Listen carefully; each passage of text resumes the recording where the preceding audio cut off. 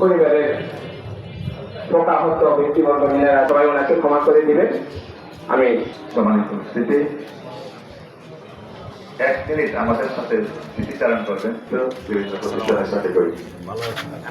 আসসালামু আলাইকুম। মুর্শিদ মাস্টার এবং মাহবুব সহ আমরা ব্যবহার করেছি। ইসমাইল খান সহ আজকে আমাকে উপস্থিত এখানে আমার একটা স্মরণীয় ঘটনা 30 সেকেন্ডে বলে ফেলবো।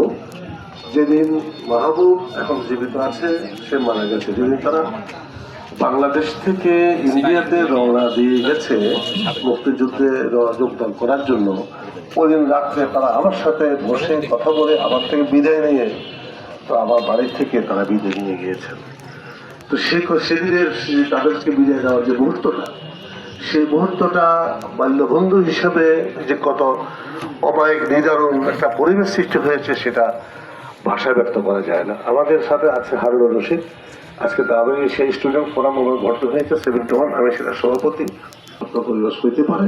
তাদের সকলকে সম্মানিত উপস্থিতি, এখন সংক্ষিপ্ত বক্তব্য রাখবেন সাবেক মুক্তিযোদ্ধা কমান্ডার জনাব মাহবুব ভাই। আসসালামু আলাইকুম।